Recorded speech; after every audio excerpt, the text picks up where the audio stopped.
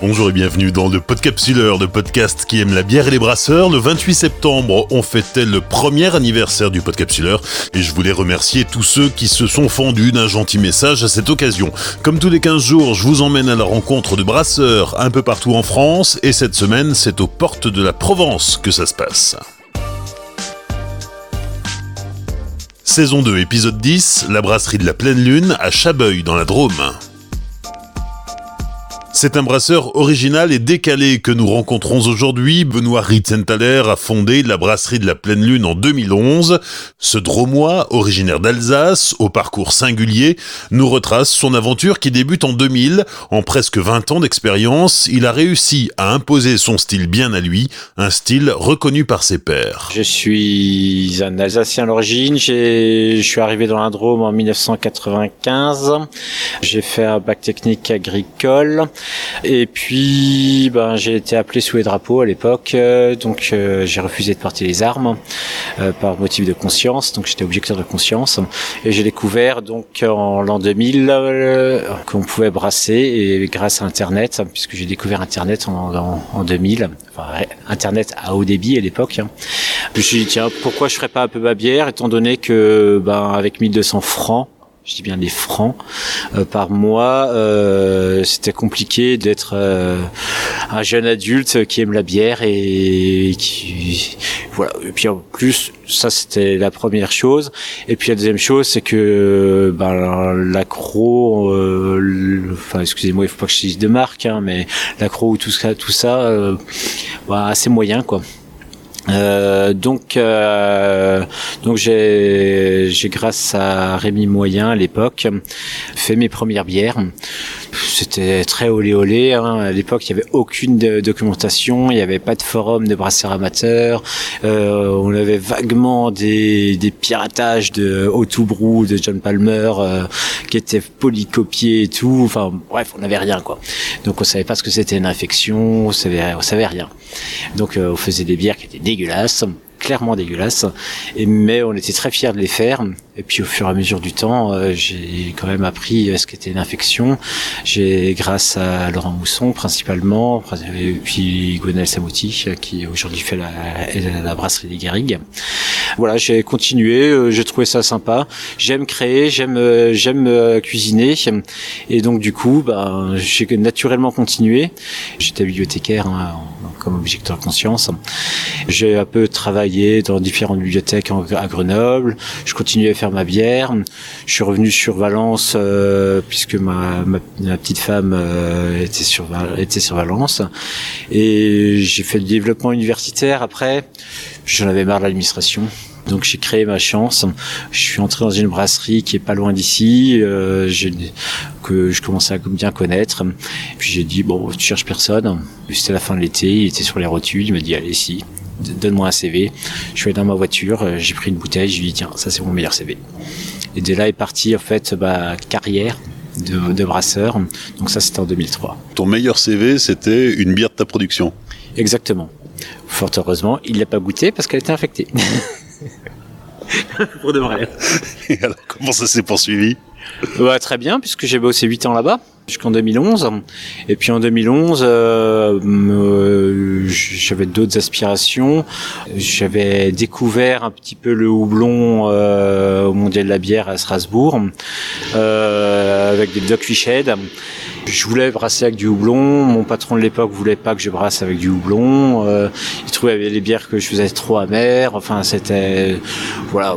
Il y a un moment où la vision du patron étant plus la mienne, j'ai décidé de voler de mes propres ailes en me posant la première question, c'est qu'est-ce que, en m'installant, je vais apporter de plus que mon voisin. Et donc ma réponse à l'époque, puisqu'on avait créé un peu le FHL à l'époque, le Front Hexagonal de Libération, donc c'est quelque chose que plus personne connaît aujourd'hui, avec quelques brasseries comme la brasserie des Garrigues, la brasserie La Grivoise, la brasserie de la Franche, le Paradis, entre autres. Je dois en oublier, je m'excuse, Maten. On a mis un petit coup de pied dans la fourmière en disant bon aujourd'hui on sait faire de la bière blanche blonde ambrée à la belge, c'est cool. On a la même bière à Marseille, à Clermont-Ferrand et à Lille. Maintenant on va oser le houblon, on va oser essayer de faire des bières sèches, on va essayer de faire des IPA. Donc à l'époque, il y a un tiers des brasseurs qui nous ont dit vous êtes des péteux prétentieux, en français dans le texte. Un tiers qui n'avait rien à foutre et un tiers qui ont dit c'est génial, c'est génial. Et aujourd'hui, je pense qu'une brasserie qui n'a pas un IPA dans sa gamme, ça n'existe plus. Là, je parle sous tout contrôle, tu connais mieux le marché que moi, je pense. Il y a même des jeunes brasseurs qui lancent une IPA comme première bière. Ça a été ma deuxième bière, donc en 2011. Bon, alors aujourd'hui, quand on parle d'IPA, forcément, la définition n'est plus du tout la même qu'à l'époque. À l'époque, on parlait d'IPA avec des unités d'amertume, donc des IBU, et donc quelque chose de factuel. Aujourd'hui, c'est plus, quand on parle d'IPA, il faut qu'il y ait un DDH, un double dry hop, il faut qu'il y ait X grammes de houblon par litre, qui est un élément qui, pour moi, est un élément émotionnel et pas factuel. Donc, j'ai grand plaisir quand on vient me dire que je fais des IPA, en fait, old school. C'est en 2011 que tu crées la brasserie de la Pleine Lune, ici à Chabeuil ? Exactement. 2011, c'est-à-dire que je finis mon contrat le 26 mai 2011, le 1er juin 2011, les statuts sont déposés, les prêts sont faits, le bâtiment, je signe le bail de mon bâtiment, je commence à monter mon matériel et premier brassin en juillet 2011. Depuis, évidemment, ta brasserie n'a cessé d'évoluer, de progresser, de grandir. Aujourd'hui, tu as une production d'environ 3000 hectos à l'année. La petite brasserie est devenue grande. Moi, j'ai commencé avec rien. Excusez-moi l'expression, mais c'est avec ma bite et mon couteau. Je suis allé voir les banques qui m'ont toutes conduites, sachant que je demandais 30 000 euros à l'époque. Donc il y en a finalement une qui a accepté de me prêter ces 30 000 euros. J'ai acheté sur le bon coin des tanks à lait que j'ai bricolés, comme tout à chacun à cette époque. J'avais des cuves qui étaient plus des cuves de vin que des cuves de bière. J'ai fait mon petit bricolage à l'origine et je brassais 800 litres par 800 litres. Et on a tenu ce matériel jusqu'à ce qu'on arrive à 1200 hectolitres. Donc au bout d'un moment, faire 2 brassins par jour, travailler à l'énergie, on n'y arrivait plus. Donc on a décidé qu'il fallait se simplifier la vie, parce qu'il y a un élément qui est super important, c'est que j'avais 35 ans à l'époque, et il faut tenir jusqu'à 65. Donc tenir pendant 30 ans à l'énergie, ça marche pas. Donc on a modernisé l'outil de travail. L'élément déclencheur pour moi, ça a été un voyage au Québec, où je me suis aperçu que nos bières étaient bien. Elles étaient à peu près au niveau du Québec. À un détail près, c'est que notre matériel ne nous permettait pas d'empêcher certains défauts, des oxydations, et des petits trucs comme ça. Mais la structure était bonne. Et donc il fallait qu'on s'équipe pour que la qualité de la bière en général augmente. La qualité de la bière augmente, et surtout parce qu'il y a un projet humain derrière, qu'on arrête de s'épuiser au travail, même si on s'épuise toujours, pour arriver vraiment à se concentrer sur la bière et non plus sur tous les petits gestes du brassage. En 2016, tu renouvelles complètement ton installation, mais tu as quand même bossé 5 ans avec une brasserie faite de briques et de broc. Que je regrette pas. Non, je regrette pas ce matériel-là, qui était quand même bien pensé, où on n'avait aucun problème de filtration, tout était silencieux, et tout est resté silencieux, parce que c'est quelque chose de très important pour moi. On a acheté une nouvelle unité de brassage de 20 hectolitres, 3 cuves au départ, grâce au soutien de l'Europe, la région et du département, puisqu'il faut les citer. Puis après, au fur et à mesure des années, on a racheté une cuve par-ci, une cuve par-là. Aujourd'hui, on a 8 cuves de 20 hectolitres et 4 cuves de 25, qui nous permettent de faire à peu près 3000 hectolitres, sachant que on pourrait monter à 4000, 5000 avec ce matériel, en réduisant les temps de garde, mais qu'il est important et impératif pour nous qu'une bière soit finie. La moyenne aujourd'hui dans notre brasserie, c'est 25 jours en cuve, ce qui à mon avis est un peu supérieur à la moyenne des brasseurs français. Je suis pas modeste là. La brasserie a grandi et elle grandit encore. Tu as un projet de déménagement? Grandir encore, oui et non. Nous allons déménager aux alentours du 15 mars dans un bâtiment de l'autre côté de la rue que nous sommes en train de faire construire. Le bâtiment n'est pas plus grand que ce qu'on a actuellement, il est juste mieux pensé. Notre bâtiment aujourd'hui a un problème majeur, c'est que c'est un toit, c'est un hangar, donc il fait très très chaud en été et très froid en hiver quand il fait très froid. Là encore, c'est un déménagement qui améliore notre cadre de vie et qui n'est pas destiné à faire une augmentation de volume majeure. Le bâtiment est prévu et limité en fait à 5000 hectolitres et qui est en fait un garde-fou pour que justement on se laisse pas griser en fait par le succès et qu'on n'entre pas dans une phase industrielle qui nous conviendrait pas. Donc ce sera un confort supplémentaire pour les gens qui travaillent ici, ce sera un confort supplémentaire aussi pour la bière? Voilà, déjà pour une fois que le confort de l'homme est assuré, ce confort permet aussi de mieux penser à la bière et au confort de la bière en elle-même. On va visiter ? On va visiter. Donc là, on est dans la brasserie. Le petit sifflement que tu entends, là, c'est la laveuse à fût. Donc c'est une laveuse à fût que j'ai rachetée à la brasserie du Pays Flamand, qui elle-même l'avait déjà rachetée à Page 24 à l'époque. C'est un des éléments centraux de notre brasserie, puisqu'on fait quasiment 6000 fûts par an. C'est une bonne partie de notre volume, c'est presque 60% de notre volume qui est fait en fût. Donc là, on est sur l'unité de production. Donc c'est une unité de production qui m'a été vendue par Stéphane Tanguy, qui est de marque TM Inox. On va pouvoir brasser 20, parfois 25 hectos sur des bières un peu plus légères, avec des versements de malt un petit peu moins importants. Donc on est en monopalier, ça fait partie du style de la brasserie de la Pleine Lune. On va brasser 2, 3, 4 fois par semaine en fonction de la liberté qu'on a par rapport à nos cuves. C'est une chauffe pour l'ébullition qui se fait avec du gaz, avec un tuyau qui passe dans le mou et avec une flamme qui passe dans le tuyau. C'est pas très clair, mais moi je me comprends. Là on a une cuve aussi juste en face qui est une cuve d'eau froide. Parce que nous sommes dans la Drôme, dans la Drôme l'été, l'eau du réseau sort à 25 degrés. Donc si on doit refroidir une bière à 20 degrés, c'est mathématiquement impossible. Donc ça nous permet d'avoir un stock d'eau froide qui nous permet de mieux refroidir nos bières et potentiellement aussi de faire des lagers en été, puisque une des spécificités de la brasserie de la Pleine Lune, c'est de faire des lagers. Là, on est en train de faire un nettoyage complet de la cuve d'ébullition, puisque de temps en temps, il y a un petit peu d'accroche qui va se faire avec la flamme. Ça va carboniser, je vais trouver le mot. Et donc, dès qu'on a un peu de ce carbone qui apparaît, on fait une sanitation, un lavage très complet pour éviter que ça vienne influencer le goût de la bière. Là, juste derrière, tu vois une grande trémie. Donc, il y a une mezzanine de 32 mètres carrés sur laquelle on va mettre tous nos maltes, puisque j'ai oublié de le préciser, toute notre production est brassée en bio. Tous nos maltes sont là-haut.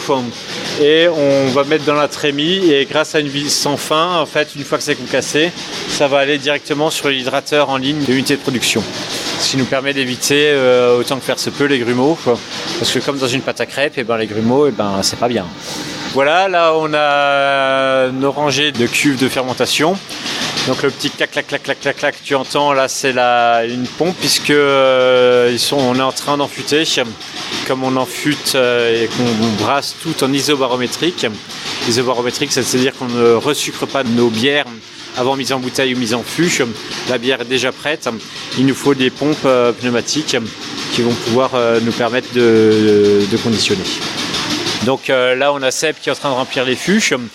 Donc on a une petite machine qui en fait a un petit débitmètre intégré.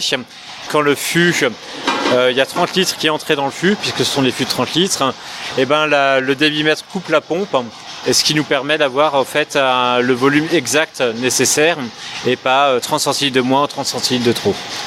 Et c'est mine de rien, Ça nous permet de remplir 1 ou 2 fûts de plus qu'avant, puisqu'avant on travaillait par débordement. Et là, les fûts se remplissent un par un. Un par un, oui. On fait la manip de brancher à chaque fois, d'appuyer sur le bouton, comme on lave nos fûts un par un. Donc 6000 fûts qui sont lavés un par un dans l'année et remplis un par un. Mais ça va évoluer, ça, j'espère. Là, on est un peu plus au calme, on est dans la pièce où les fûts se reposent. Tous les fûts, une fois qu'ils sont pleins, vont être entreposés dans une chambre tempérée qui fait 18 degrés maximum. Ça permet d'avoir des fûts qui sont pas trop maltraités et qui arrivent chez les clients dans des conditions saines. Je précise qu'on fait beaucoup, sur tous les 6000 fûts qu'on va faire chaque année, on a moins de 200 fûts plastiques qui sont pour les expéditions sur l'île, Paris, et voire l'étranger. Tout le reste est en fût inox. C'est quoi le risque de la chaleur, de la variation de température sur la bière en fût ? La bière va pas aimer, elle va pas sentir bien. Je suis toujours dans le confort de la bière. Le houblon va pas bien réagir. Ça, c'est un problème qu'on a assez peu, mais si une fermentation n'est pas complètement finie, ça veut dire que la fermentation va repartir dans le fût, donc on va avoir une surcarbonatation. Et autre chose, c'est que nous travaillons énormément avec les particuliers et les associations. Donc quand ils viennent chercher leur tireuse le vendredi, les fûts sont déjà frais, ils sont pas à 40 degrés, donc il n'y a pas une pression qui a monté dans le fût, et donc on évite énormément de problèmes de mousse, que le client en fait soit emmerdé à tirer de la bière alors qu'il est là pour faire la fête, quoi. On a vu en entrant dans la brasserie les barriques. Tu fais du vieillissement en barrique ? Alors oui et non. J'ai 12 barriques actuellement. J'en ai que 7 qui sont pleines depuis le 1er décembre 2015. C'est des choses qu'on essaye comme ça à la marge, qu'on a un peu de temps. On n'est pas des grands spécialistes de ça. On n'a pas encore le temps ni les conditions idéales en termes d'hygrométrie, de température pour faire un travail qui soit propre. Donc on préfère ne pas faire le travail que faire un travail dégueulasse. Et alors ça fait 4 ans là, que la bière se repose dans les fûts. Qu'est-ce que ça va donner ? On verra ça dans 3 ans. On la goûte de temps en temps. Et puis le jour où on aura un peu plus de barriques dans notre nouveau bâtiment, qu'on commencera à travailler un peu plus sérieusement là-dessus, on verra si c'est des barriques qui sont à dégager parce que qualitativement insuffisantes, ou si avec un assemblage on peut faire quelque chose. Nous on travaille que avec du vin nature, donc ça veut dire que c'est un travail qui est beaucoup plus dans la subtilité qu'une barrique d'alcool fort, beaucoup moins facile on va dire. Donc c'est pas dans nos priorités absolues pour l'instant. La bière, on le sait, c'est du malt, c'est du houblon, c'est de la levure, mais c'est aussi et surtout de l'eau, beaucoup d'eau. Alors c'est beaucoup d'eau, oui. Et c'est d'ailleurs, à mon sens, le seul ingrédient qui soit totalement local dans chaque brasserie. Dans le nord, il y a des malteries et des houblonnières, en Alsace aussi. Par contre, dans le reste de la France, il y a peu de matières hyper locales. Aujourd'hui, moi, il y a un truc qui me chagrine, c'est d'entendre parler des gens qui disent il faut déminéraliser son eau pour reminéraliser, pour avoir une bière meilleure. Or, aujourd'hui, on est à Valence ou on est à Lille, on fait la même bière, on a une eau différente, on a deux bières différentes. Si demain tout le monde se met à déminéraliser son eau et reminéraliser son eau, et en fait les bières seront les mêmes et on standardise nos bières. Et pour moi, il est important d'adapter ma bière à mon eau et pas mon eau à ma bière. Ça peut faire débat avec beaucoup de brasseurs pendant des semaines et des semaines. Aujourd'hui, c'est notre postulat, c'est vraiment d'adapter nos bières à notre eau. Alors il y a des imperfections, certes, ce sera jamais la meilleure bière du monde, et ça tombe bien, on ne cherche pas à être la meilleure bière du monde, on cherche une bière qui soit accessible au plus grand nombre. La brasserie de la Pleine Lune fait aussi partie de ces brasseries qui sont réputées aujourd'hui en France pour être très branchées collab. Ma première collab, donc une des toutes premières d'ailleurs collabs dont on a entendu parler en France, d'ailleurs j'aime bien être le premier, c'était en 2011 du coup, j'ai rencontré Olivier Dutoit, donc la brasserie du Pays Flamand, qui était encore aussi assez balbutiement à l'époque. On s'est bien entendu et on s'est dit tiens, et pourquoi on brasserait pas ensemble ? Et puis on s'est vite aperçu que la manière de brasser donc à Blaringhem à l'époque et à Valence, c'était pas du tout la même, que nos visions des choses étaient parfois un petit peu divergentes. On s'est dit on va sortir de nos zones de confort. Et une collab, pour moi, c'est sortir de sa zone de confort avant tout. Une collab est avant tout, à mon sens, et là encore je suis très old school, et quelque chose qui se fait entre deux copains ou deux personnes qui ont envie de brasser ensemble. C'est pas juste deux marques qui se mettent ensemble parce que c'est cool de brasser avec Tartampion à peu de choses près sur peut-être une vingtaine de collabs que j'ai fait jusqu'à présent. À chaque fois, la personne avec qui j'ai collaboré, il y a une relation humaine qui s'est installée très, très intéressante. J'ai fait des collabs avec des brasseurs amateurs. J'ai fait des collabs avec des brasseries comme la brasserie du Pays Flamand, régulièrement d'ailleurs même. J'ai fait des collabs avec des cavistes à bière, d'où est né l'Agent de la Lune d'ailleurs, notre Tropical Lager. Et en fait, à chaque fois, on sort de sa zone de confort et on instaure aussi quelque chose d'humain et une solidarité. Donc il y a la zone de confort, mais il y a aussi l'aspect technique. Toutes les brasseries devraient faire des collabs de temps en temps, ne serait-ce que pour avoir cet échange technique et pour pouvoir progresser et puis pouvoir apprendre aussi de manière un peu moins scolaire que ouvrir un bouquin et lire ce qu'a fait tel Américain ou tel Québécois ou tel Norvégien ou tel Russe, peu importe. Parce que eux l'ont fait, ça doit être bon. Non, il faut on met les mains dans le malt et puis on brasse et puis on avance en fait en travaillant et puis en s'amusant, puis en échangeant, et puis voilà. Pour moi, une collab, c'est d'abord une rencontre. Et quelle est la plus grande leçon que tu retiendrais de tes 20 collaborations ? Ma plus grande leçon, les lagers. Les lagers en général, donc sur un défi de Dorothée Van Acht qui m'a lancé le défi de faire un lager houblonné. C'est vraiment sur le lager après que j'ai vraiment fait le plus de progrès et que c'est des bières que j'ai envie de continuer à faire. C'est pas des bières qui sont brutes de décoffrage, c'est des bières qui sont à la fois ciselées, à la fois qui sont accessibles au plus grand nombre aussi, simplement. Les 5 dernières minutes avec la dégustation. Benoît, qu'est-ce que tu nous as préparé ?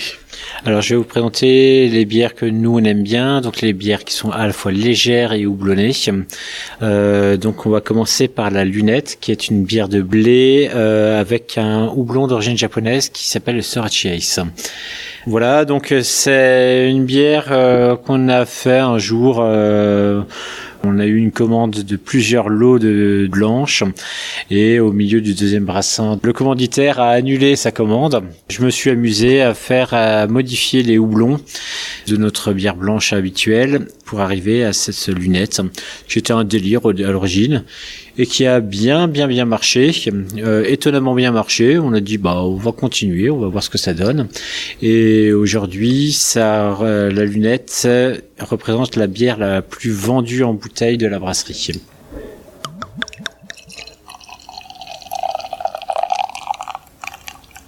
Sur le visuel, on est sur une bière qui est assez jaune, qui a une légère effervescence, très peu de levure résiduelle dans le fond de la bouteille. Donc c'est quelque chose qui est très important pour nous, c'est d'avoir des bières qui sont limpides. Une petite bulle, une petite effervescence visuelle très légère. La finesse de la bulle pour moi est un gage de qualité assez intéressant.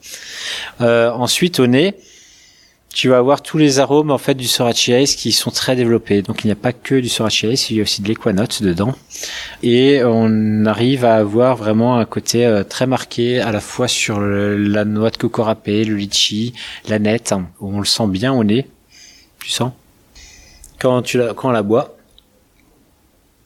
Donc tu la laisses un peu sur la langue, tu sens la petite effervescence qui est là sans être agressive. On a vraiment ce côté au départ qui va aller sur un peu la céréale et petit à petit et on a vraiment le houblon qui apparaît.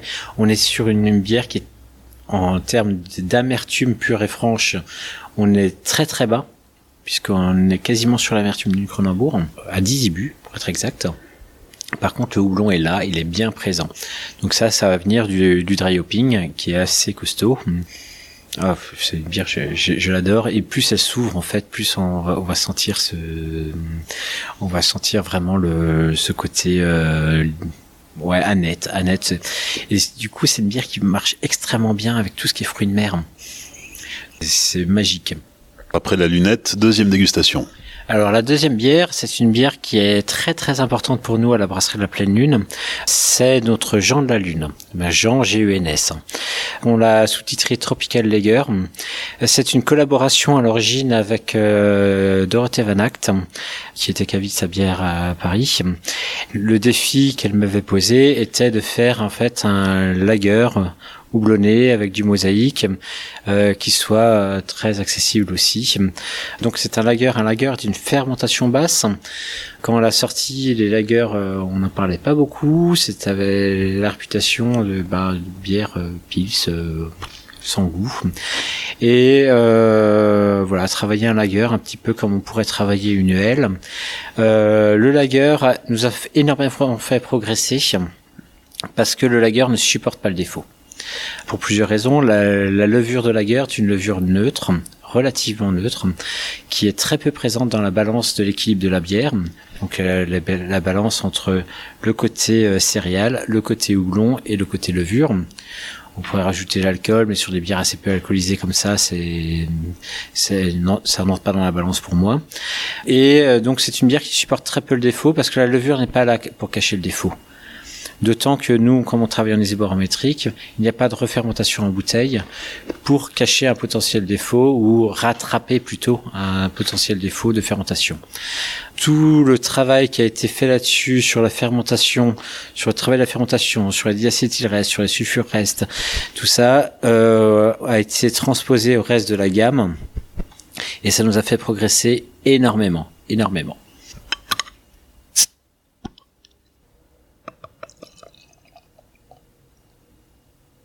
Là, sur cette bière-là, encore une fois, tu remarques bien que ce soit une bière non filtrée, elle est hyper limpide.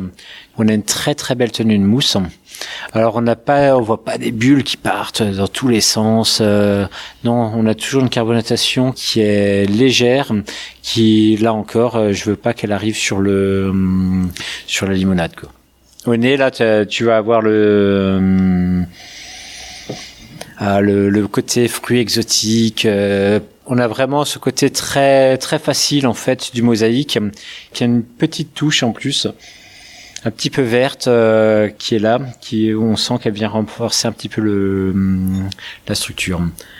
Sur la langue, on a ce côté un petit peu vert au départ qui va venir d'un houblon qui pour moi structure la bière. Le côté crispy, là on le sent bien, le côté céréales.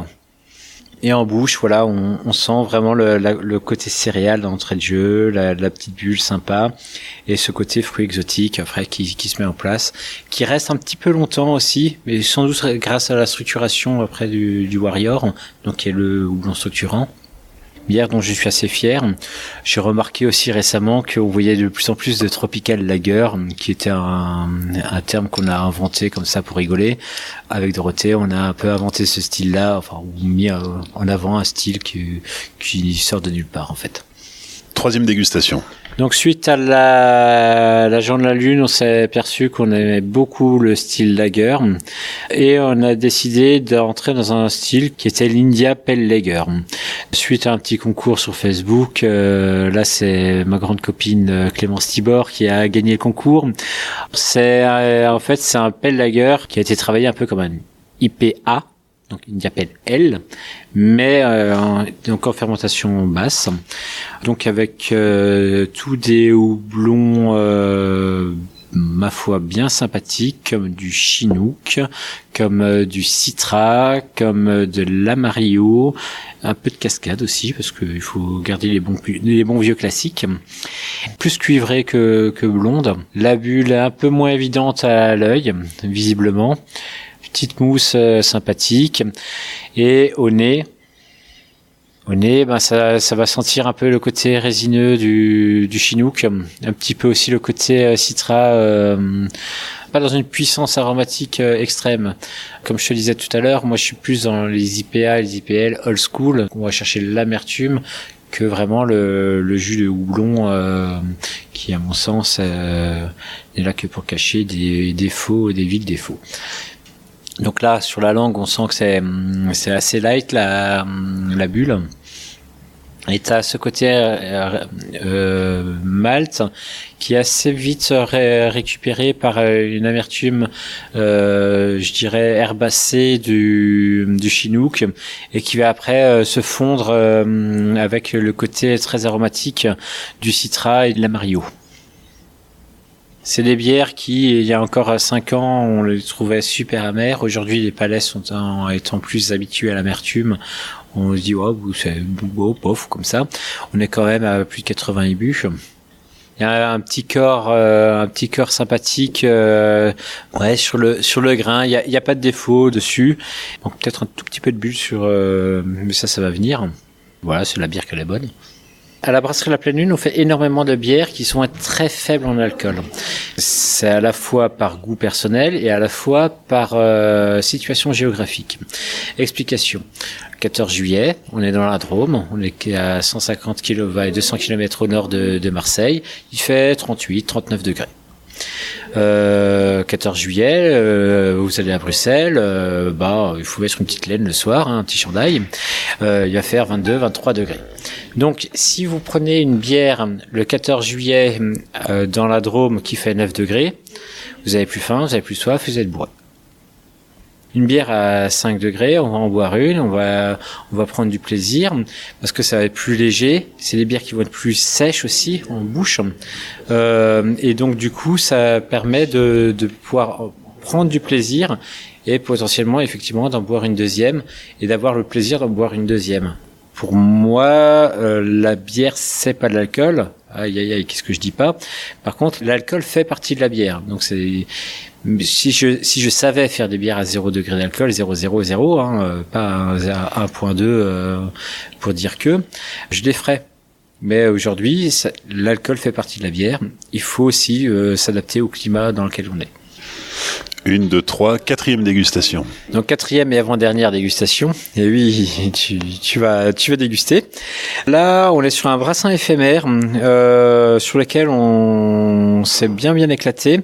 Alors c'est un brassin que notre brasseur Bruno a pris en main et il voulait faire un Black IPA. Puis en discutant dans nos discussions de comptoir de fin de travail, on s'est dit Black IPA c'est pas très logique, donc on l'a appelée Dark Side IPA et elle s'appelle Sabro Laser parce que elle est faite avec un houblon qui s'appelle le Sabro, et laser parce que c'est aussi un petit clin d'œil entre la guerre des étoiles et le côté un petit peu fan des années 80 et de Star Wars que nous avons tous au fond de nous. Ouais, c'est foncé, par rapport à ce qu'on vient de déguster avant. Ah, forcément. Alors, on n'est pas des grands spécialistes des bières brunes en général, ou des stouts, et tout. Malgré tout, de temps en temps, on aime bien ça. Mais toujours dans le style Pleine Lune, bière légère, un peu sèche, bien houblonnée, un maximum accessible. Donc là, quand tu regardes la bière, tu peux toujours essayer de regarder au travers. La mousse est brunâtre, mais pas de manière hostile, le brunâtre. Et au nez, t'as un côté un petit peu houblon, un petit peu, moi je trouve un petit peu presque vanillé sur le fruit, un peu litchi, un peu la noix de coco. Enfin, c'est assez complexe en fait, et on n'arrive pas à définir exactement quels sont ces arômes qui arrivent. Alors on a clairement un côté un peu chocolat, un peu plus café que chocolat pour moi quand même. Ou alors un chocolat bien noir. Alors là, forcément, on est sur un style de stout, donc on est beaucoup moins dans l'effervescence. Donc on cherche à avoir une effervescence qui soit réduite au maximum. C'est le style aussi qui veut ça, et qui nous permettent aussi de laisser exhauster en fait tous ces goûts. Je dirais c'est une bière, j'ai pas de problème à finir mon verre. Je me pose pas la question est-ce que je vais finir mon verre. Alors après la Black IPA, on termine sur un style assez ancien qui est assez peu connu, c'est un Coit. Un Coit, c'est une bière d'avoine où en fait les proportions de céréales c'est 3 avoines pour 2 blés pour un orge. Donc pour toute personne qui entend ce que je suis en train de dire et qui a déjà brassé, il va comprendre que la filtration, la séparation de la matière solide à la matière liquide a été assez problématique. Donc c'est un coit, ce coit qui s'appelle Coit Interruptus est une collaboration avec la brasserie du Haut-Buech et mon copain David. Ça a été la première fois que on se vautre tellement sur une bière qu'on a été obligé de la rebrasser. Donc là vous avez la V2 et la V3 va se brasser là dans les prochaines semaines. Le principe donc c'est donc un coit, donc 3 avoines, 2 blés, 1 orge. On a augmenté ça avec une fermentation un petit peu qu'on a voulu un petit peu surtout de la myrte.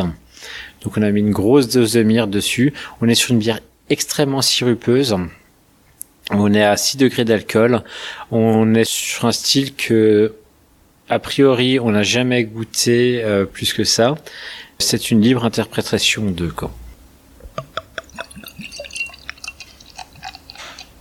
Donc là, on est sur une petite mousse assez filante.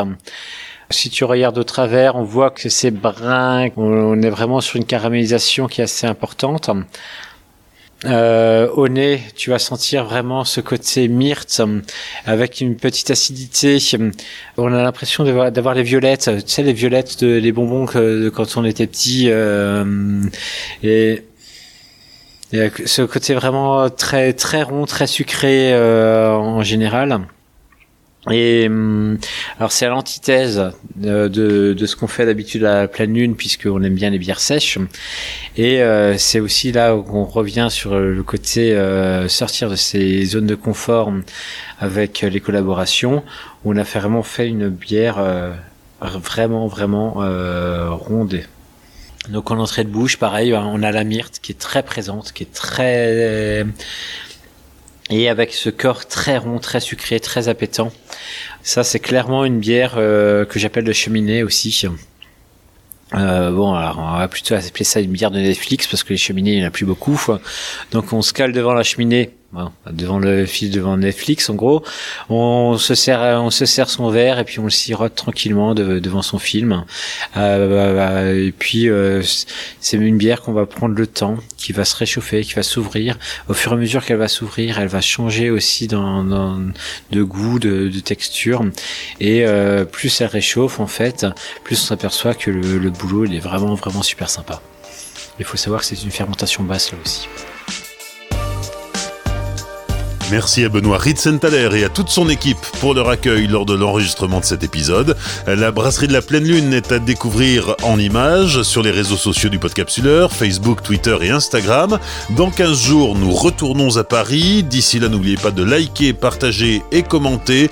Et soutenez le Podcapsuleur en laissant 5 étoiles sur Apple Podcasts. Un petit commentaire fait aussi toujours plaisir. Enfin, souvenez-vous, l'abus d'alcool est dangereux pour la santé, alors savourez, mais sans forcer.